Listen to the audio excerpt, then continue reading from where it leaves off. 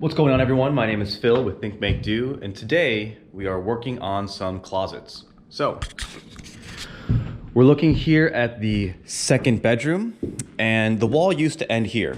Now we're getting rid of the original closet that was over there in the corner and extending this wall out to make this a full wall length closet here. We're gonna follow the line here with the kitchen. It's going to be about 22 inches deep, which is, I guess, the minimum depth for a closet. Floor to ceiling, extend this wall down out here to this corner, and then we are going to remove the framing here and allow access to that closet.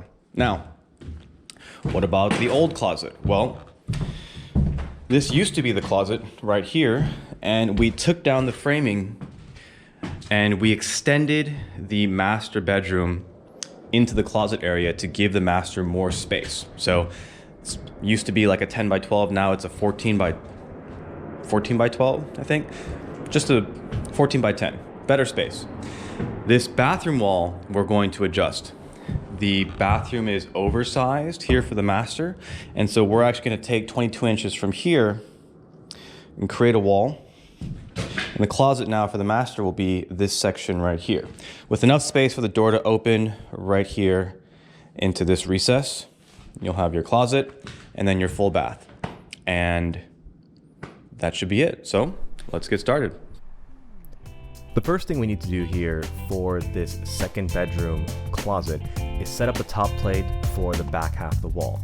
Now, this is a load-bearing wall, and so there's ceiling joists that come across from both sides resting on that wall. So I need to make sure that the top plate in the back, or at least that back wall, is set up first, so I could then figure out how to take apart the front side. The first thing I did wrong was I tried to set this top plate up in line with the kitchen wall that we had made last week. Problem is, it's not totally straight, and so when I set it up, I noticed that the angle was off, and getting 22 inches at the front for the depth, because of that angle, I was getting 21 inches at the back, and so it wasn't completely straight. So after I put it up, measured everything, I realized this is totally wrong. I had to take that top plate down and then reset up at 21 inches from the wall of the bedroom itself. It wasn't straight with the kitchen wall, so when you stare down the hallway later, you might see that odd angle, but we're just gonna have to deal with it because I can't change everything about the house all at once. I gotta go one thing at a time. So, top plate has been set up. Now, Brandon, actually, one of our partners, came in today to help with some of the framing work, and it's actually really interesting. You know, I've only been doing this stuff for a couple of weeks, and I just learned a lot of the principles and techniques myself, maybe even incorrectly, but I had to then teach some of that to Brandon to get him to understand how to help me out. That was actually pretty challenging, right? Teaching someone else, but after we got into the flow of things and kind of the training wheels went off, we started to fly with all the studs and cripples and everything else that had to be cut, measured, and framed in, and it was actually really helpful. One thing you'll notice here is that we're doing triple studs on every corner, and that's because, you know, I didn't really know that you don't need triple studs. You just need 2 studs with scrap wood in between to create the width you need to then put the next corner piece on for, you know, drywall. We didn't know, so the extra $5 for the piece of wood we'll have to do. It just means that we have really, really strong corners, and, you know, that's something we can live with.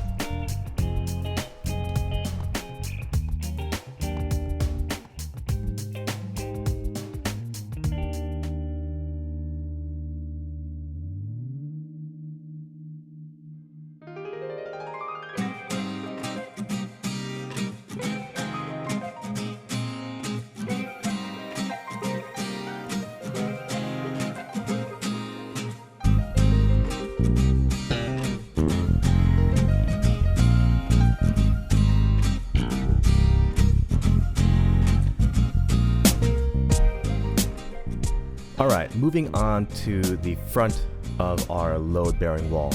I'm cutting away portions of the ceiling and sides of the drywall or the lath and plaster to set up a temporary wall.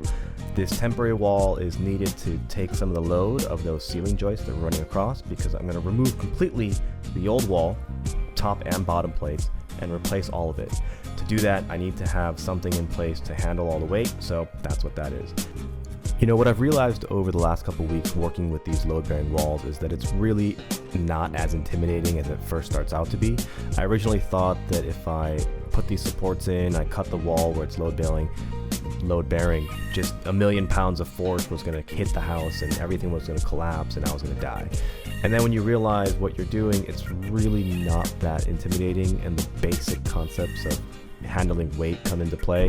If it's heavy, add a lot of wood. If it's not that heavy, don't worry about it. And that's kind of how we've treated it after the fact. In taking off that bottom plate, we noticed a lot of rot on the subfloor in that particular section, so we had to reinforce, create a new subfloor panel, and get it level in order to put a new bottom plate in.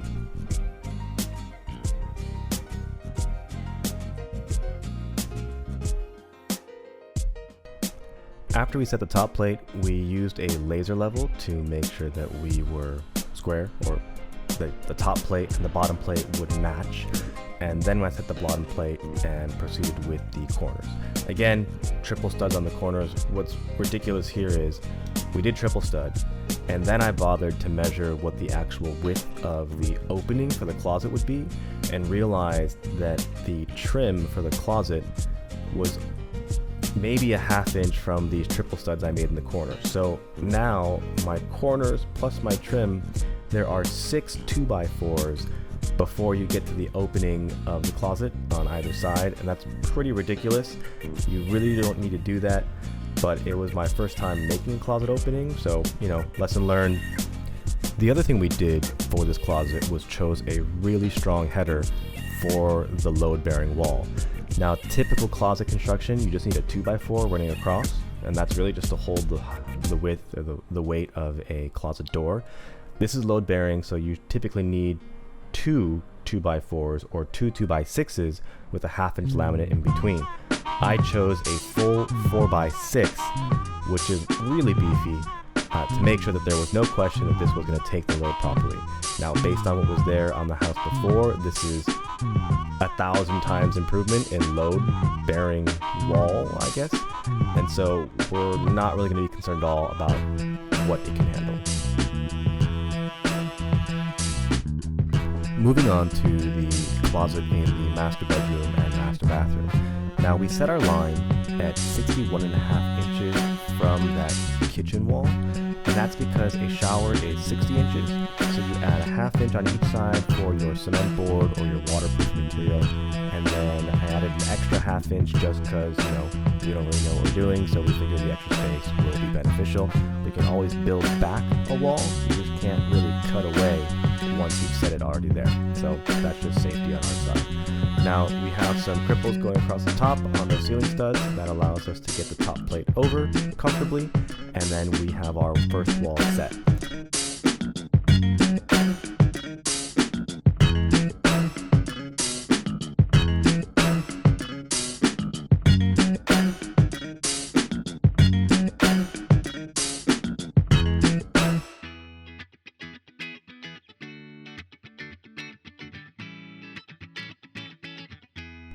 You know, when we started this project, we didn't really think we were going to do this much framing work, but we ended up paying a contractor to do some framing, realized that it's not exactly rocket science, and then with a little bit of effort we could do it, and so we added in all these additions that we hadn't planned for. Maybe that's a common thing in remodeling, but that's what happened to us. And so these closets we weren't really intending on doing this way, but after we got some confidence, we said, you know what, we should add a second closet to the second bedroom, and we should add this closet for the master to make it a much more livable space for the tenants that we plan to have come in here. And so we've been diligently working to make sure that we make the most functional space for the people that eventually come to live here, and hopefully happily.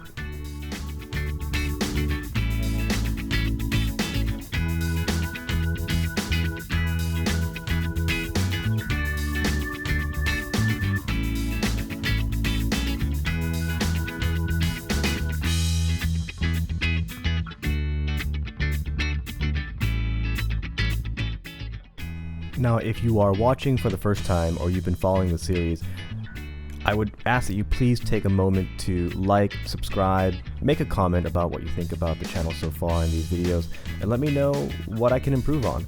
I really want to make sure that the content I'm posting is relevant, it makes sense to people, and that it is inspiring people to pursue these projects on their own as well. You know, I haven't really done this type of work before, but I'm like your average Joe. I think I can do it. I do some research online and I put myself to work after watching a couple videos from other YouTubers and some knowledge sources to make sure that I'm doing it somewhat the right way. It really helps for me to know that there are other people out there watching and appreciating. So show that support, hit those buttons on YouTube or whatever you're doing on your phone, and hopefully we'll see you on the next project.